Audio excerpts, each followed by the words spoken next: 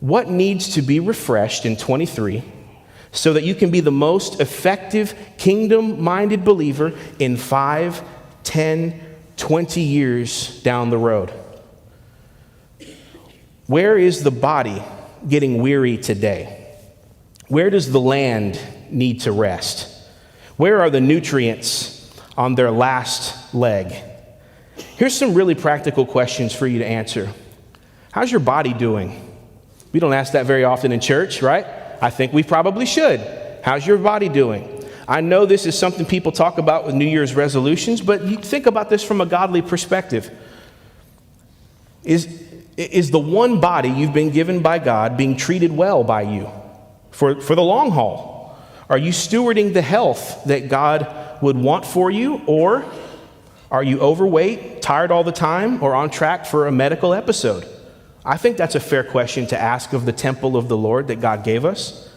You know, there's a way to care about your body and your physical appearance and health in a way that honors God. There is. We are body, mind, soul, spirit.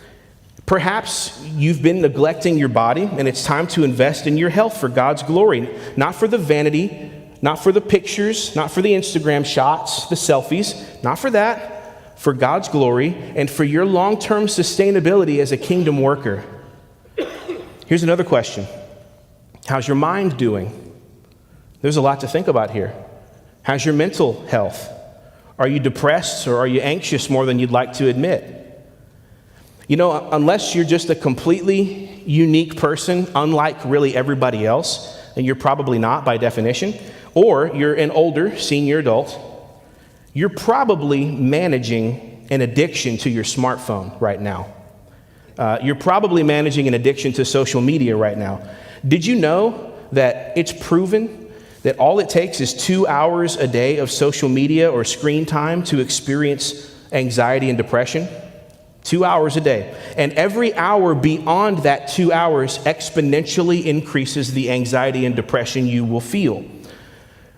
And you might say, well, who spends that much time in front of a screen?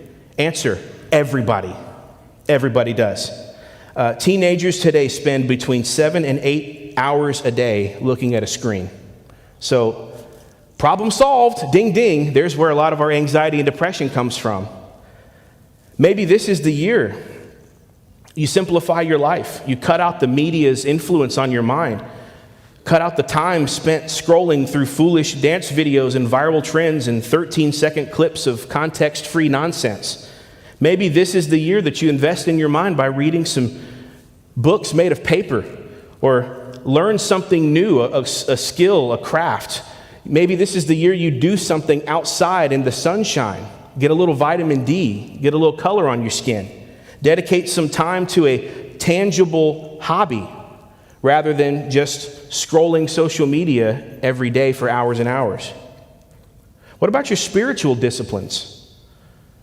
Nothing will refresh you in 2023 like getting into a sustainable rhythm of Bible reading and prayer. Nothing. Nothing. Not even the other stuff. Nothing. The renewal of your mind can transform your life. So says Romans 12, 1 and 2. When you're worshiping, growing in faith, growing in prayer, your whole life will change for the better. The simple things in life tend to have the most lasting effect and the most power for you. Nothing more simple than reading your Bible and praying, but those things will have a dramatic effect on you. So, maybe this is the year you try a Bible reading plan. Now, maybe for you, if this is new, you don't want to jump in and do the most extreme, read the Old Testament once, the New Testament twice, and a proverb a day, and maybe it's not the year to do all that.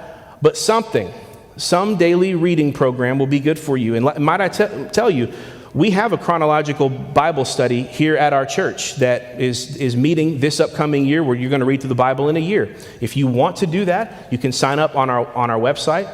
Stan and Iva May run that. We have it. It's for you. It's not just for outsiders. It is for Kirby members. Sign up for it if you want to. Come to our Wednesday prayer service. You can jumpstart your prayer life. If you pray no times a week and you add 1 time a week, guess what? You had a better year. So add 1 time a week to your prayer life and join us on Wednesday nights at 6:15. Here's another question. Do you need refreshing because you are overworked in your life?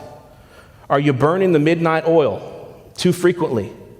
See, both problems exist in our culture. We got a lot of lazy people, and we got a lot of people that are working themselves to death. So you have to watch both. Are you one of those people that fills every free moment of your schedule with something? You get almost uncomfortable having a free slot in your schedule, so you fill it. You got to watch these people. Listen, I try to live by this quote. I love it. I didn't create it, but I love it. We tend to overestimate what can be accomplished in 1 year and underestimate what can be accomplished in 10 years. I want to tell you, that's how I lead this church, by the way. You can't so focus on the instant gratification of the moment that you're going to fix every problem you have in life right now this year. That's not realistic.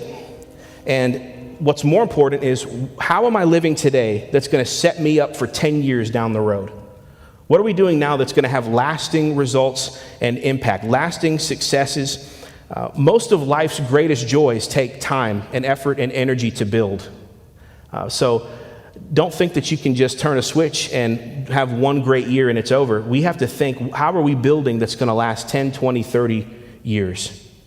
So God's glorified in your refreshment. I want you to know that. He's glorified in your refreshment. What needs to be refreshed in you in 2023? That's